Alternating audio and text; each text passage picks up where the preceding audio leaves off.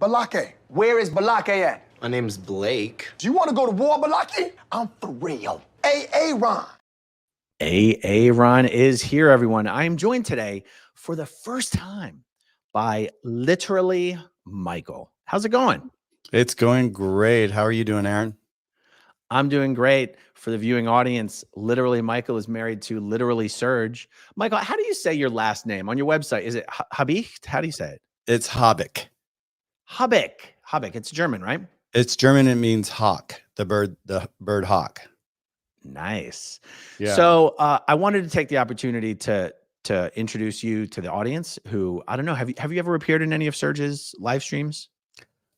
Just kind of like in the background, a little here, a little there. I've never really done a live stream with him before. And you see me once in a while, he'll bring me in and people will say, Michael, people want to say hi. So I'll come in and I'll say, hi, everybody. How are you doing? And so I'm in the background supporting. And so that he's been encouraging me to get on and start a channel and just give my perspective from someone that hasn't been inside Scientology, and as you know, with a partner that was in Scientology, and so bringing a different perspective to the audience. Yeah, absolutely. So you guys can find Michael's channel at well, if you just search Michael, I imagine you probably won't find it, but if you put in the handle literally Michael, at literally Michael, look for the cute little the cute little pug dog. No, what kind of dog is that? Is that a French? It's like a little Frenchie, bulldog type of guy with his little sunglasses. Yeah. Okay, so you were there in LA with us. You were there with Serge. You were there with us the entire time. In fact, it was you who, after the assault happened at about 1:40-ish in the afternoon on Friday, you're the one who actually jumped on a scooter and went all around trying to find this guy so that when the police showed up, we would be able to direct them to the right location. What thoughts do you have on everything that went down? What do you want to share? Well, I'm there to support everyone, all the kids, all the second gens, everybody, everybody. I always say that I come from a place of compassion, and so, I was expecting you flew into town. We were going to have a wonderful, wonderful experience together, all of us, with the protest, and just, once again, just bringing the information to the public, and allowing people to see what's really going on, and just showing that, we have a team being put together, that we're just fighting this monster. And it just kind of took a turn at all of a sudden it took a turn. Next thing I know, you were being, hit over the head with the guy's cane, and then he smacks you. And it's just like, for me, that was like so disturbing for me to see that, because I had heard that he had been doing something like this early on in the week with some other people. And it just seems like there's a term, and correct me if I'm wrong, because I'm still learning all the terms, but to me, it seems like he was some sort of kind of plant. Like, why was he there? Why did he even have to come through our protest again? Why was he there? That was my thing. And then once, you got hit and all that, then everything was just going crazy. Serge looked at me and goes, oh my God, we got to do something. And I'm like, well, let's call 911. And I picked up the phone and I called 911 immediately, and, told them exactly the location where we were and all that. And then once I hung up, I started asking around to see if anybody knew where the suspect was. And right there's the first thing that you could see right there. That's the second call. So go back to the left. Right there. So that was the first call right there. And if you go down to the bottom, I think right there, it shows you I called at 1:44, and I was on the phone with him for 2 minutes. And so then I started asking, all the kids, I'm like, where's the guy? Where's the guy? And no one's like, I don't know. He took off. And, my background is growing up. My dad was an LAPD officer. And so I kind of know how it kind of like works in the background and how they think and what their thing is. So I was like, the first thing I knew is like, we've got to find this guy or else this guy's going to get away. And so I jumped on a bird and I drove around up and down all the different streets. And that's the map right there. You can see me driving all around. That's actually that came from my receipt from the bird.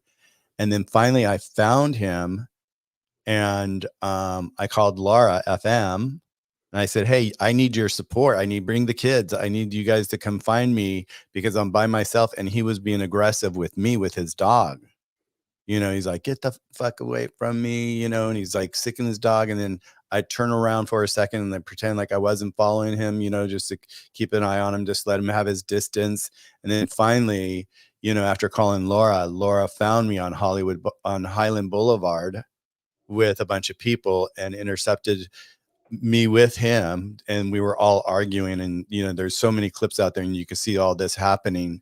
And then we crossed over, and I was so frustrated because every time we've been there this last couple of weeks, the Scientology would call these bogus calls in where the police would show up in seconds and they weren't there, and it was driving me nuts.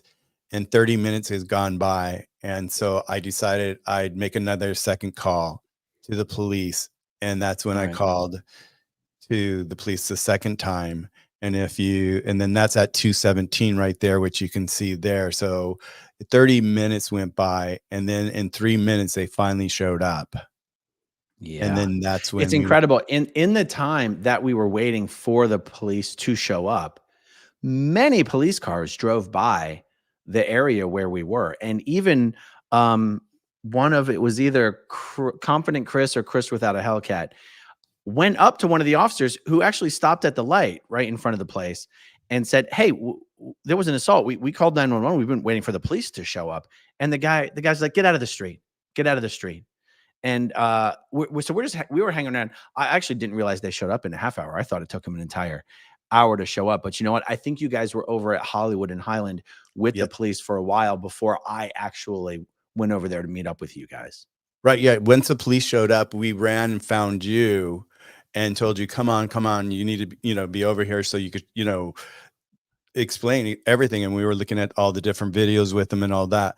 And then it was just for me, it was just like it kind of gave me a flashback as when I was a kid, like during like the Rodney King back in 1991, when Rodney King got, assaulted by the police and all that. My dad would come home, and the stories I'd hear from my dad and just the words that would come out of his mouth and how proud they were to beat the hell out of somebody. And it was just, it's so corrupt. It's, the police are, they're supposed to be there to protect us, yet they have their own little clique in the background, and they hook up with these different companies. My dad would work, it wasn't Scientology at the time. He was working on the movie business. He had a motorcycle, and he would block off the streets, and he would make more money in a weekend than he would make all month with the police department.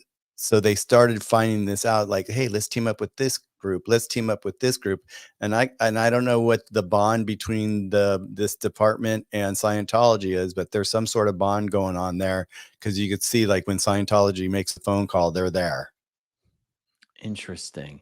There's a video that I want to share from yesterday.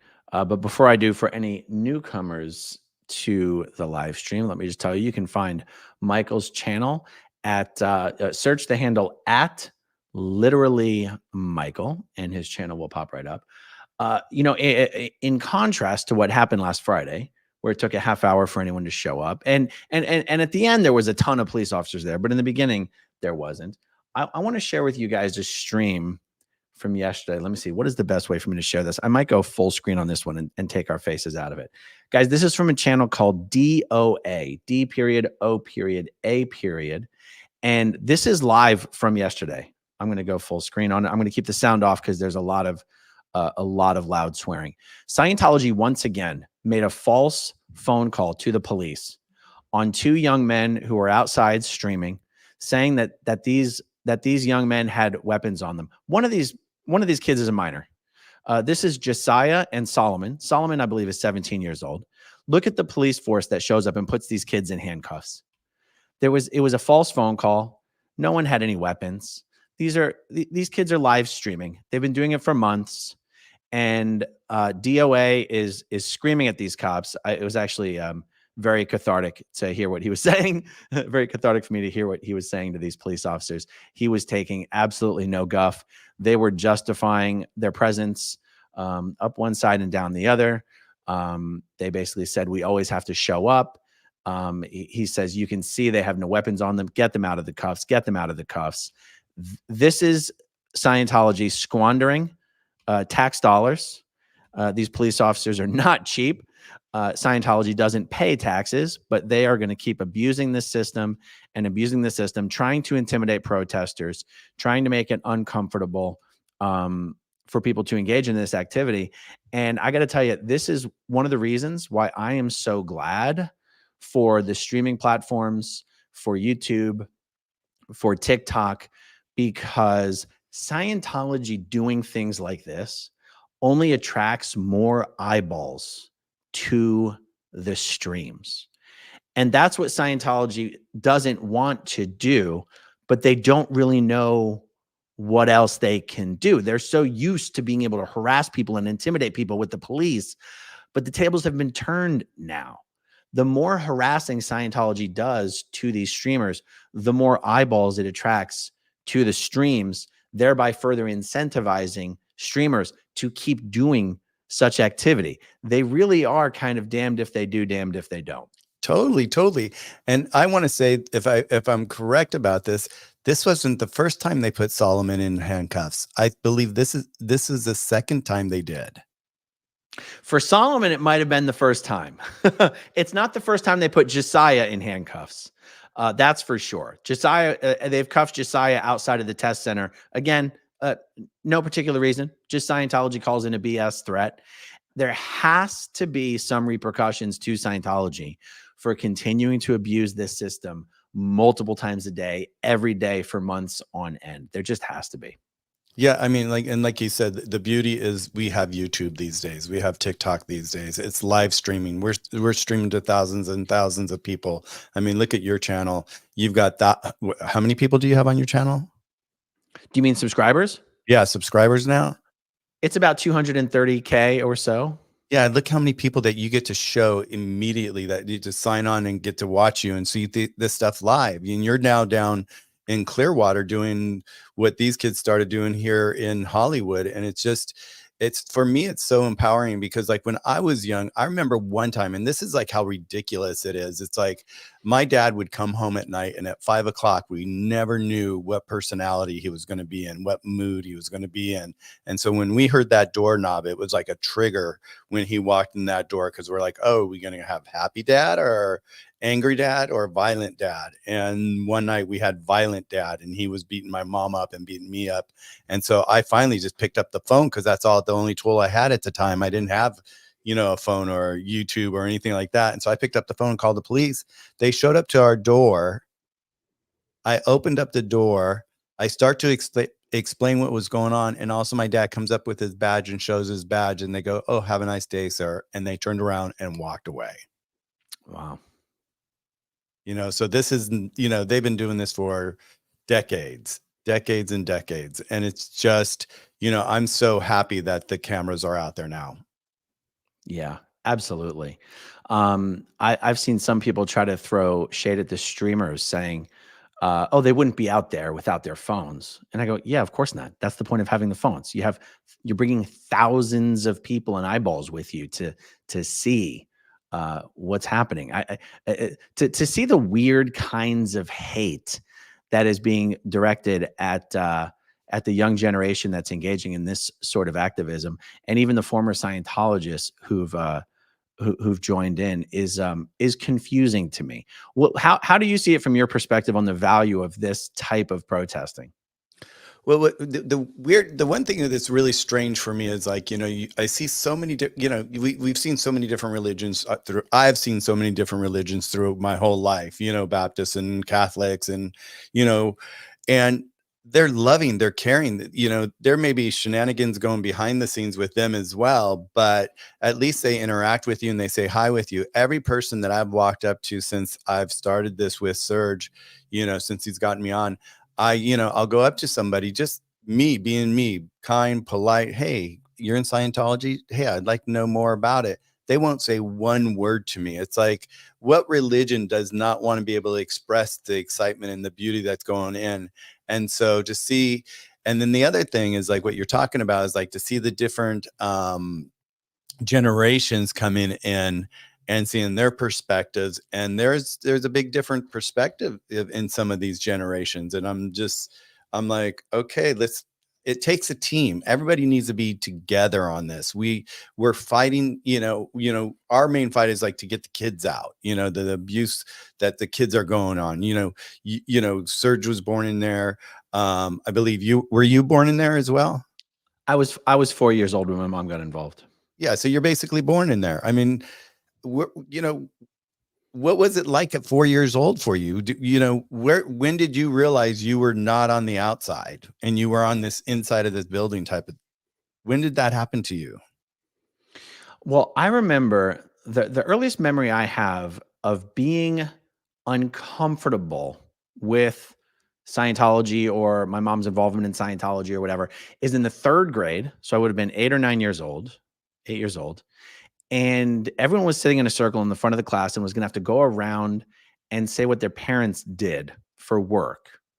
It sounds so strangely invasive to ask kids to do this nowadays. But back then, I just remember being terrified of like, oh my God, I don't want to have to say Dianetics. Oh, I don't want to have to say Dianetics. I don't want to have to say Scientology. And I don't know if that's exactly an answer to the question that you asked me, but it's the first time I realized that there was these two worlds and they were very distinct. And one was sort of separate from the other. And there was a certain amount of, shame or embarrassment associated with it. And how did the kids act? Did they look at you and go? Nobody understood a damn thing.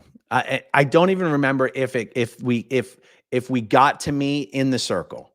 Meaning, okay. I don't. We might have gone on to the next part of class before we got to me because that particular memory just ends at the moment when I'm feeling a lot of anxiety about. So I don't want to have to. You could have. I don't want to talk about this. I don't want to talk about this. I don't want to talk about this. I don't want to talk about this. I don't actually remember what happened after that. Well, I remember when I first met you and we came down and we actually stayed with your mom and I was listening to her. And so she would be considered what? First gen? Mm-hmm. And she's like, I'm out, blah, blah, blah. But it's like, she was so indoctrinated to the whole process that you could see that she still wasn't out. Just the words that. Well, she would still describe herself as an independent Scientologist. Like, so she still believes in Scientology and L. Ron Hubbard and the tech, but not in David Miscavige and the Church of Scientology. So it wouldn't surprise me at all that's, what you're saying is certainly accurate because she wouldn't even deny that. Yeah, it was just, and for me, I'm just seeing from first gen, second gens, like what are they on now? Fourth gens? The kids. Oh, there's certainly some 4th gens. Yeah. The babies that are being born right now. Oh, I'm sure there's some 5th, maybe even some 5th gens that exist. Isn't that, it's just crazy for me. It's like, I just can't believe it's happening. Well, for you, what was the pivotal moment that you decided like, this is not working for me? I need to get out of here. Well, for me, there was that happened in the Sea organization long before it happened in Scientology. It's funny because my first introduction to the Sea organization, other than being a little kid and having Sea Org missionaries, sleeping at our house in Philadelphia, waking up and having these weird people sleeping at the house. My first real introduction is actually when I met Serge in 1993, when I was 13 years old. We were all taken out of school. We all came down to Clearwater. It was me, my brother, my stepbrother, my stepsister. My stepbrother might not have come for the trip. And then 2 of my mom's friends, kids, Michael DiMartino and Edward DiMartino. Anyway, a whole mess of us came down from Philadelphia to Clearwater, Florida to just train full-time for a few years. And that's when I met Serge. And I just totally forgot the question that you asked me. What did you ask me? What was that pivotal moment that all of a sudden you're like, what the fuck am I in? And how do I get out of here? Because that multi-year period from like 1993 to 1996 was my first introduction to the Sea Org. And that was actually, for me at that time, at that stage of my life, a mostly positive experience. That experience left me when I finished my training in Clearwater, Florida, went back to Philadelphia. I actually very much wanted to be in the Sea Org. But when I actually finally joined the Sea Org in 2002 in LA, boy, that went south pretty quick. After about a year there, I knew I didn't want to keep being there. The existence in the Sea Org was just so um, confrontational and full of stress and anxiety. Everyone's always fighting with each other, even if not physically, just everyone's always looking for a scapegoat. Everyone's always looking for the bad guy. Everyone's, it's only eventually it's going to be everyone's turn to be blamed as the reason why things aren't better than everyone wants them to be. The reason why David Miscavige's orders aren't being complied to satisfactorily. Eventually you're going to be the bad guy. It's exhausting. Especially when people who join the Sea Org, they join the Sea Org because they actually think they can do good and help the world. They think being in the Sea Org is going to help the world. They want to get Scientology to as many people as possible. And then you join the Sea Org and you're just treated like a piece of crap. You're just always treated like crap. And that's exhausting. And I happen to be fortunate enough to be someone who knew I didn't have to be there. I knew I could have been doing 100 different things. I knew I was there because I wanted to be. And the moment I no longer wanted to be there anymore, I was going to leave. So that I managed to last 4 years in the Sea Org. I probably wanting to leave 3 of those years, but never feeling like it would be a coward's move to actually say, I want to leave. Like I just couldn't bring myself to say that. It felt like that would be a real coward's way out. Yeah. And so it's just a weird situation where I wasn't happy. I didn't want to be there, but I didn't want to say that I wanted to leave. So I would constantly handle myself. Like some people will go to the ethics officer and be like, oh, I'm feeling like I don't want to be here anymore. And the ethics officer will put them on some sort of a program designed to change their mind. I would never do that. I would actually handle myself to stay. And eventually, my wife was kind of feeling the same way.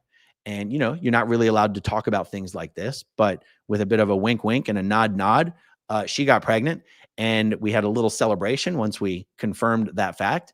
And we went to our respective ethics officers the next morning and said, we're pregnant and we're not terminating it. And we want to leave. And that for us was our kind of our red carpet out of there.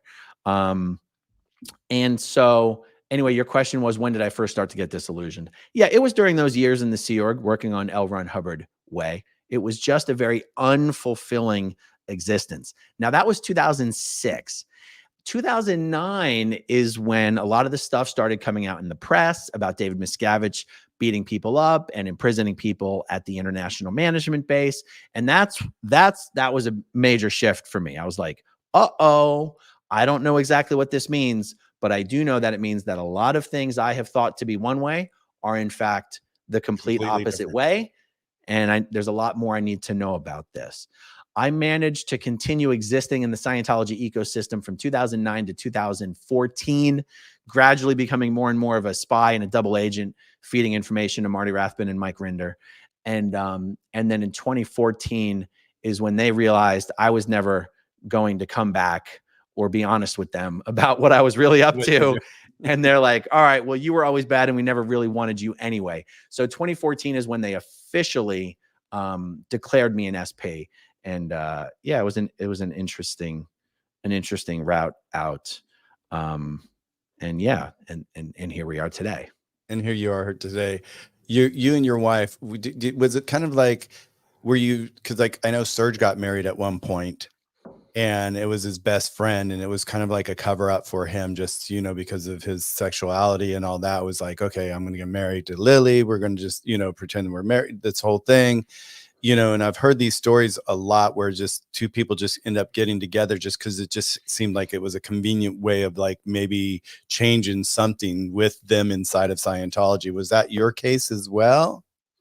Pretty much. I mean, I think that's what most Sea Org marriages are in the beginning, and what they become later is kind of a craps shoot. I mean, we would have gotten married, 2 or 3 weeks after even knowing each other.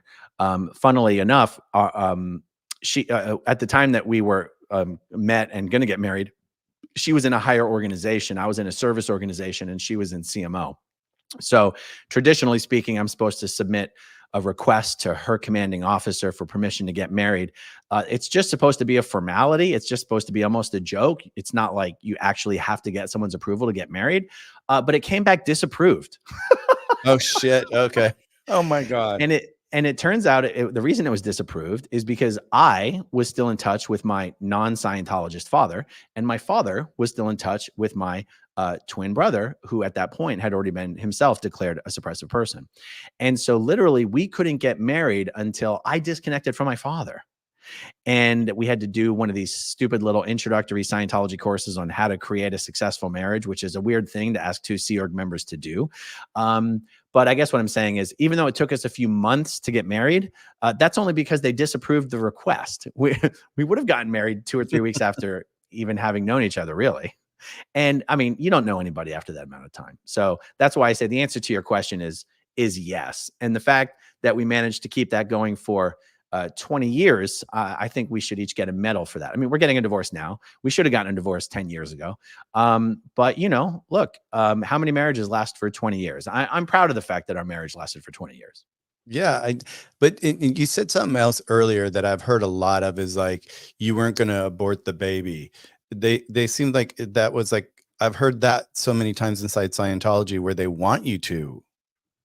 Well, in the Sea Organization, you have to, if you're going to stay in the Sea Org, and many Sea Org members are very heavily coerced to terminate pregnancies. Couples are separated, they're lied to. In many cases, the woman is told that the husband has changed his mind and wants it terminated, where it's a total lie, and then the woman is crushed, and then they take her to the clinic, and like horrible stuff. Now, at the time that this happened with me and my wife, there was a lot of lawsuits going on behind the scenes that we were not privy to, but it just so happens that at that time they were very much easing up on how much pressure they used to coerce people to terminate pregnancies. We basically had the smoothest trip out that you could possibly hope for.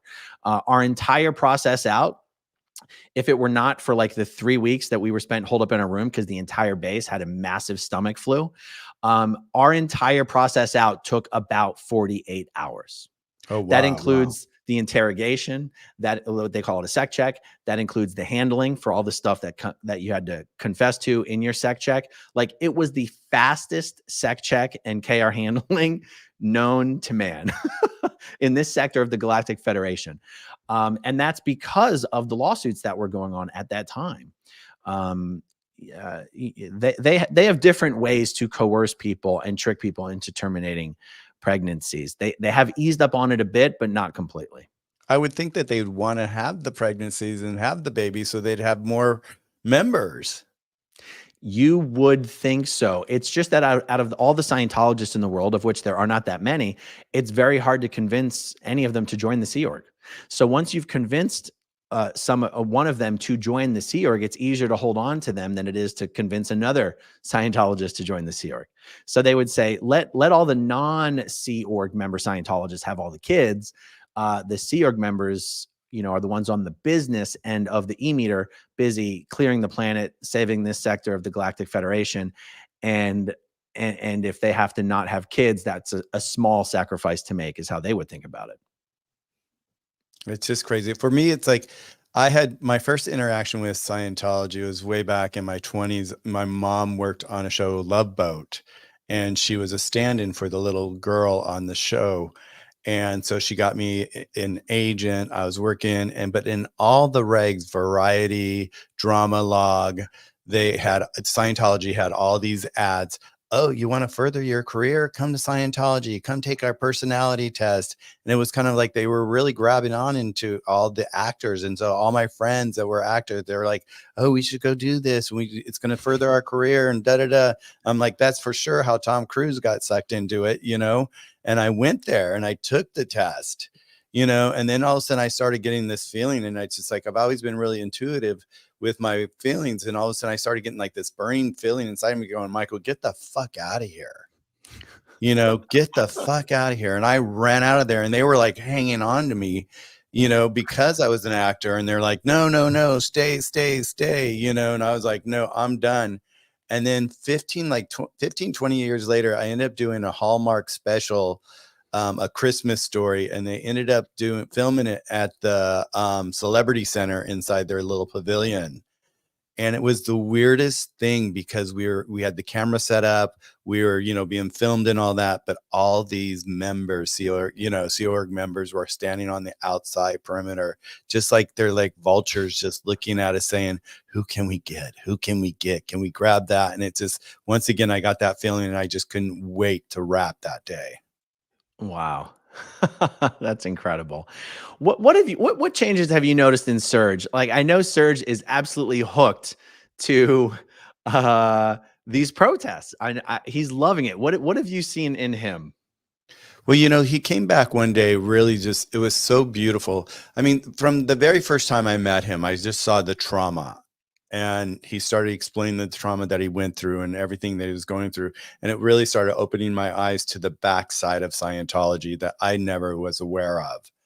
And then the more and more I started listening to his story, we flew down and we went down to to meet the reporter from the Tribune down there, Tracy, is her name, McManus.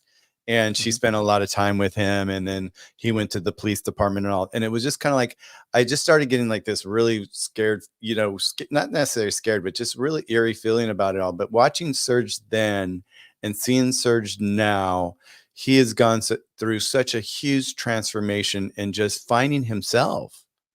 I mean, because I can't imagine the kids that are in there and growing up in there, do they ever get a chance to really find out who they are? What did they love to do? What did they want to do in their life? How did they want to grow up? And so he came back from one of the protests and he's like, oh my God, I found my family. I found a team of people, that are here, that are not even in Scientology, that know the scams and just all the dirty dirt.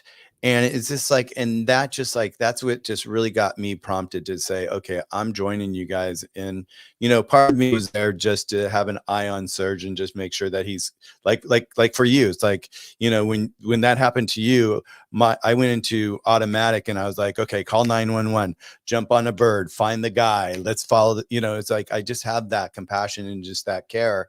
And so just being there and seeing the love that these kids have, and talking to strangers that just that are walking up. We were there the other day and there was a lady that was like talking to me and she's like, oh my gosh, she goes, I just remembered, my daughter just came up to me the other day saying, Mom, what is this Scientology? I've been watching this on YouTube. Once again, thank you, YouTube. Her daughter was probably about 15, years old, and she's been watching YouTube. And so her mom she goes, I totally forgot. I used to work at a Starbucks right across the corner from one. And I didn't like coffee. And there was always this one guy that would always come in and get his coffee and dressed up with his little, Scientology outfit, vest and everything, white shirt, the whole thing.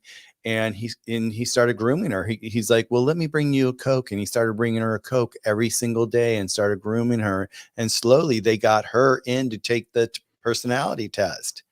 And when she told her sister's like, get the hell out of there. They're crazy. But it was just like meeting people like that on the street and hearing them, she started crying. And, she embraced me just because I was there with the loved. And she's like, oh my God, she goes, I'm so happy that my sister turned me away from them, because I was at the point in my life after my test that they were like going, oh, you're depressed, you have all these issues, but we can help you. We can help you, and it was just, for me, it's just like, it's such a beautiful experience to be there just to help support you, to support everybody in Scientology, because it takes a team. Yeah. Well, I'm glad to hear your perspective and have you share your perspective with the audience on the value of this. Because even people that you would expect to understand the value have been busy shitting on this type of activity online and seeming not to think that people will see it. And so I'm going to read a post that someone sent me from Chris Shelton. Chris Shelton just continuing to show the world what a piece of shit that he is. So I'm going to read this. Chris says, I just got to say, with all the back and forth on this, I still haven't seen anyone from TikTok here or anywhere else connect the dots between how yelling at Sea Org members in the street and getting millions of views on phones around the world is going to lead to Scientology no longer abusing people or having its tax exemption stripped away. I've seen ad nauseum messages about, well, this is just kids these days doing what kids do, and maybe we should just roll with it. Screw that.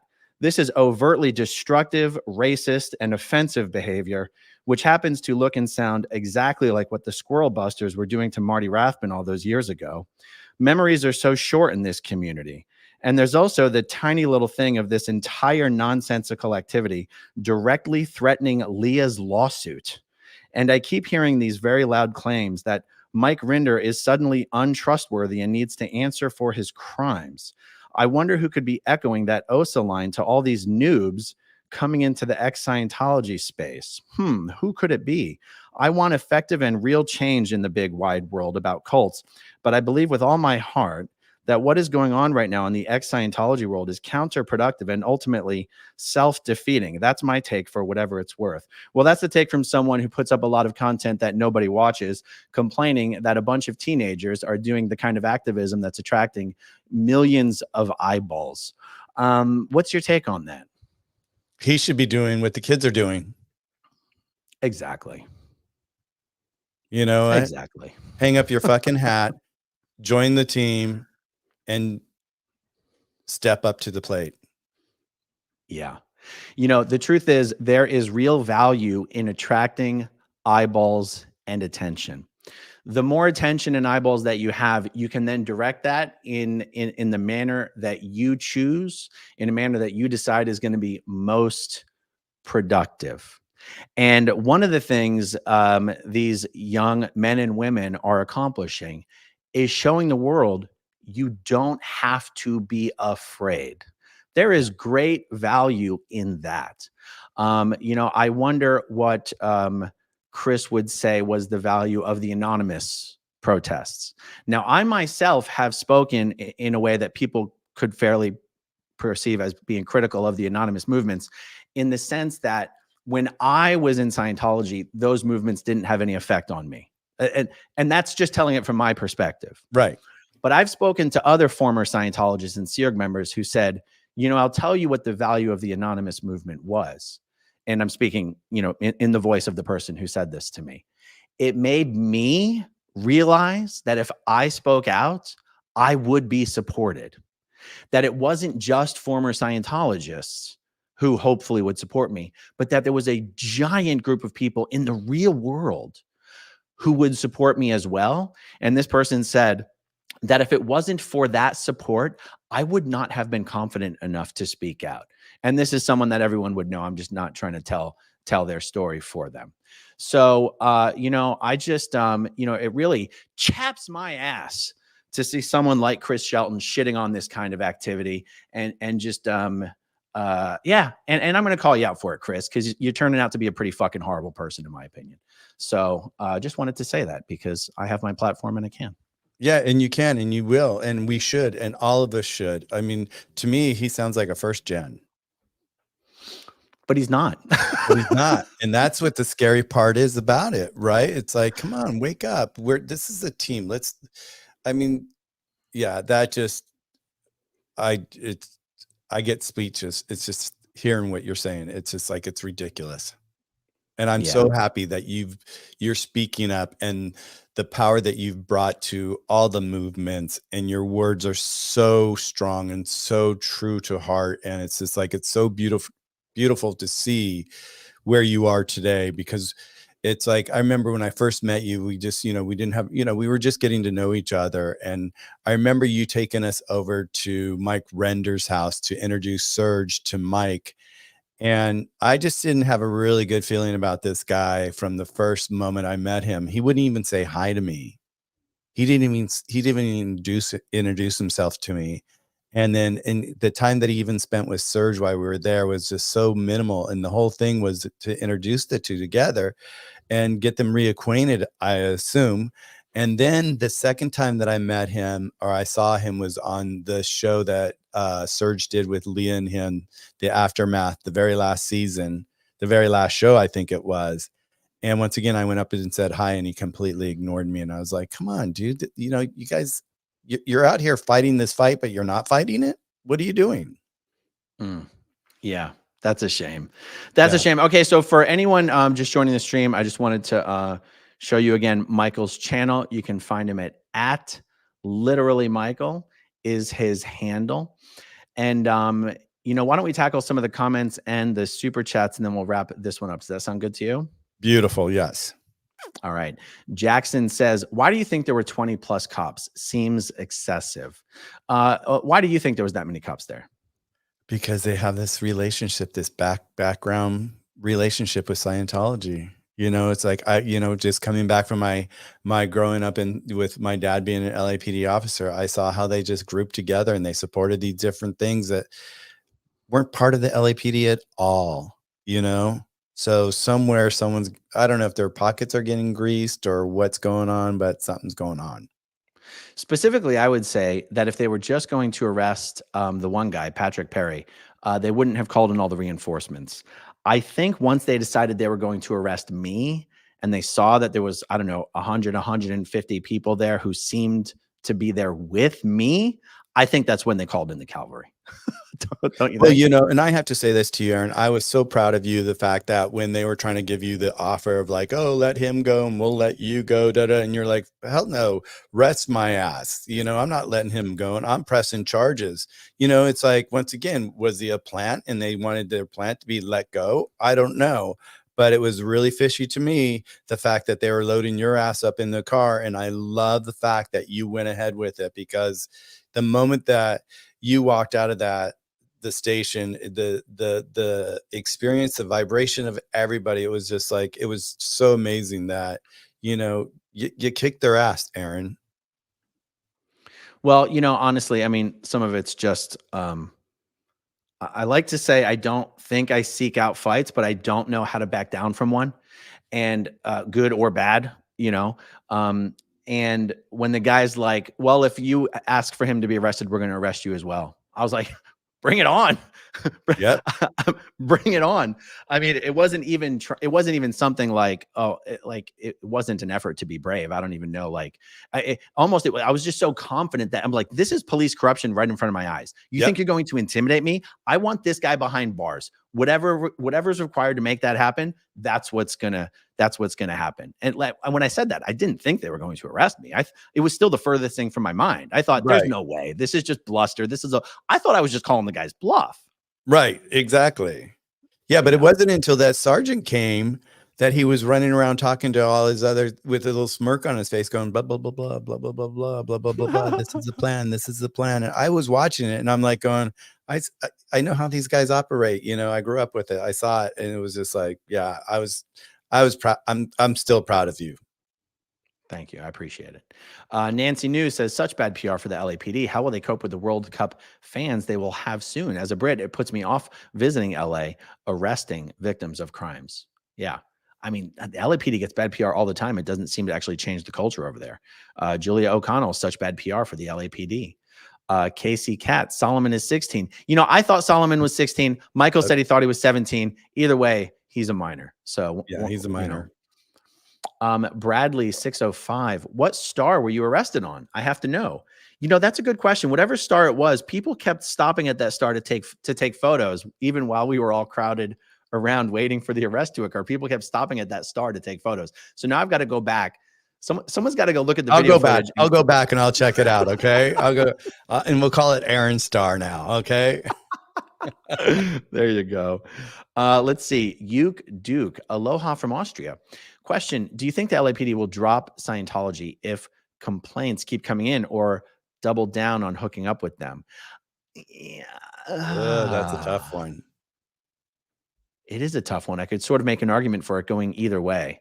Yep. So let me see, though. Honestly, every time the police show up in force for these false calls, they say the same thing. We have to show up. We take every call seriously. And the last time they said that, when we were there, I said, well, you don't take every call seriously. It took you guys an hour to show up to a documented assault, and it took you 2 more hours to arrest the guy. It didn't seem like you took it very seriously at all, but you definitely take it seriously when Scientology calls you. That's for sure. Yep.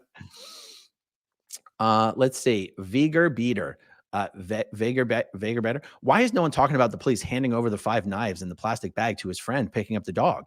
It shows ability to carry out a threat. It's true. I don't know what to make of this. I've never seen them allow someone to frisk themselves. And then instead of taking those things into the station, well, actually, when I was there, they did have a bag of his stuff in the station. Did they really give all the contents of his pockets over to his buddy? I'm confused. Do you happen to know? No, I don't know. I just, all I Okay. heard is that he was carrying a bunch of knives on him. Got it. Got it. Okay. Aura says, Aaron, I'm sorry you have had your I'm sorry you've had your feelings of defeat with leaving Scientology and in your private life, but it seems you're seeing the healthy healing of it all. Sucks to go through it though.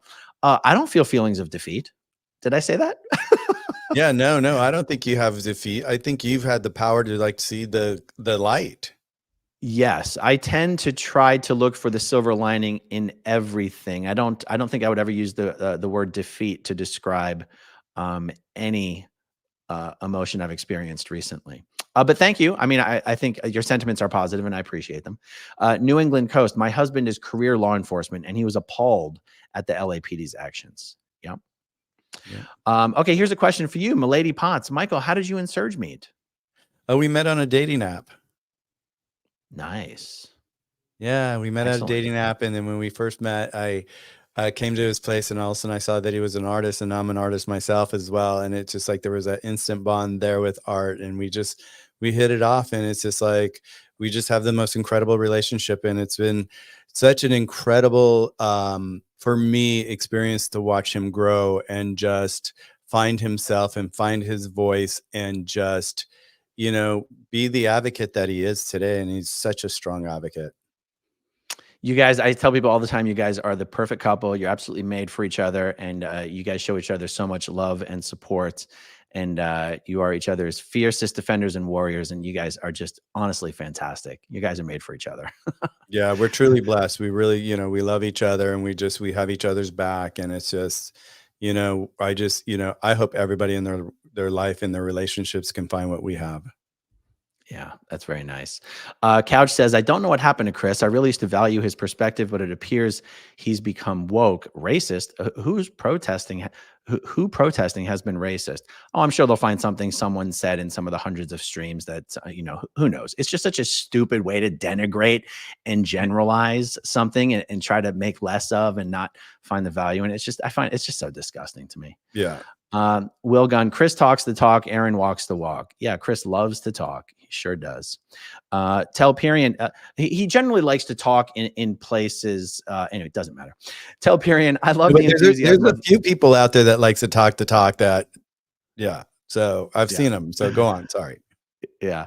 I love the enthusiasm of the auditors, but I'm concerned that someone will get hurt. There is constructive criticism too. For example, from Tommy Scoville. No. If someone is going to get hurt, like you cannot blame someone for getting hurt. Like that guy is clearly a violent guy. By the way, pull up his rap sheet. He's got felonies and assaults as far as the eye can see. Yeah. So that's why Scientology uses him to intimidate the protesters. He doesn't care if he catches a charge. He doesn't care at all. It's not going to We can't let things like that. We can't let things like that intimidate protesters. That's what Scientology wants.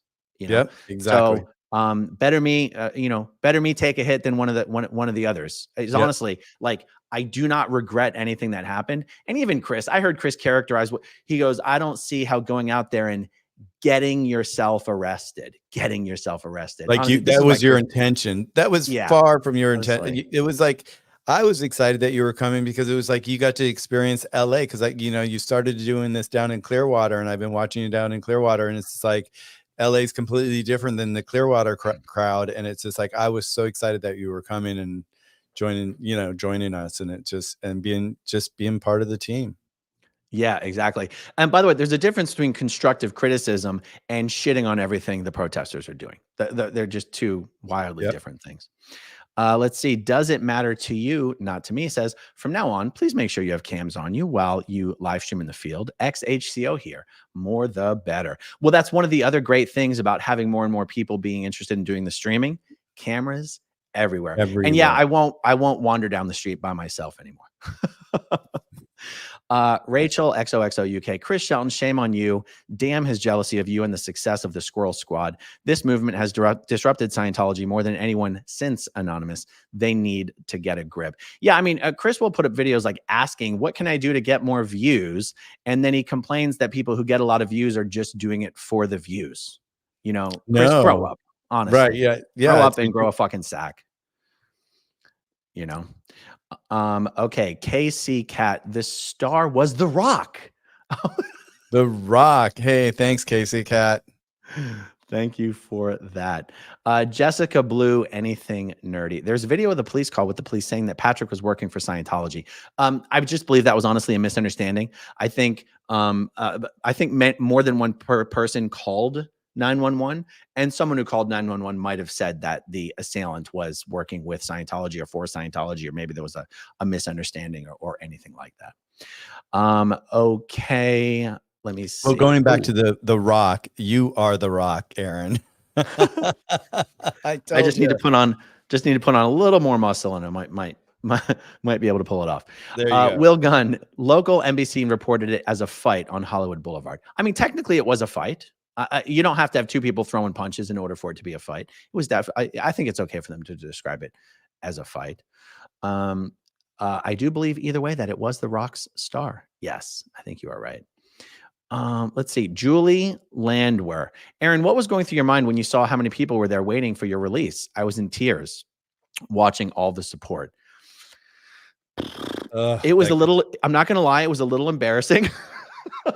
Well, I have a video on my YouTube that you could play where Serge, Laura, and Jenna were all talking, and then all of a sudden Laura pops up and is like, Aaron's been released, and just the energy of the crowd to see you walking out the door. I mean, I ran up to you, we hugged each other, and it was just like it was just so beautiful to see you out, because that's what we were there for. We were there to fight for you. And it was like, I even had my debit card that has LAPD, that there's an ATM inside their station, that I was going to pull money out to bail your ass out. Yeah. No, it was incredible. I say it was embarrassing because people who watch my channel know I don't take compliments very well. I don't necessarily like being complimented. I don't really know how to respond to compliments. And it's okay. I mean, it was just the biggest compliment that I could have been paid. Like the support was just unbelievable. And so when I say it's embarrassing, that's just really what I meant. Like, you know, it was thrilling. It was exhilarating. You know, I loved that everyone was there. And it was love. It was overwhelming. It was really overwhelming. Yeah. You know? Yeah. Okay, striped taxi. Aaron, you've been saying "oi" when you're out in Clearwater doing audits, a very Jewish phrase. You don't hear many non-Jews using. You may want to say "oi vey." Well, you know, my name is Aharon Levine. It's a pretty Jewish name. Smith is my mom's name. I'm 10% Ashkenazi Jew by DNA. I was not raised Jewish, but my grandfather was raised Jewish. There's a lot of Jewish in my family. So I didn't even notice that I've been saying oi. So either way. All right, let's see. How about we wrap it up there? Does that seem all right to you? Love it. Okay, good. Guys, for anyone just joining us, go over and check out Michael's channel at literally Michael, and hopefully you and Serge will be doing a whole bunch of stuff together. We're creating. Yeah, it's all about creating magic together and having a team supporting us. And just, you know, this Squirrel Squad is just amazing. These kids are doing amazing work, and it's just, you know, it's baby steps, and we're getting there. Yeah, absolutely. Guys, thanks for hanging out with us this afternoon. Thank you, as always, to all of you who watch until the very end, and we'll talk to you soon. Bye, guys. Thank you, Aaron. Okay, if you want to see my rock and roll songs, click right on this guitar. And if you want to see a different one of my videos,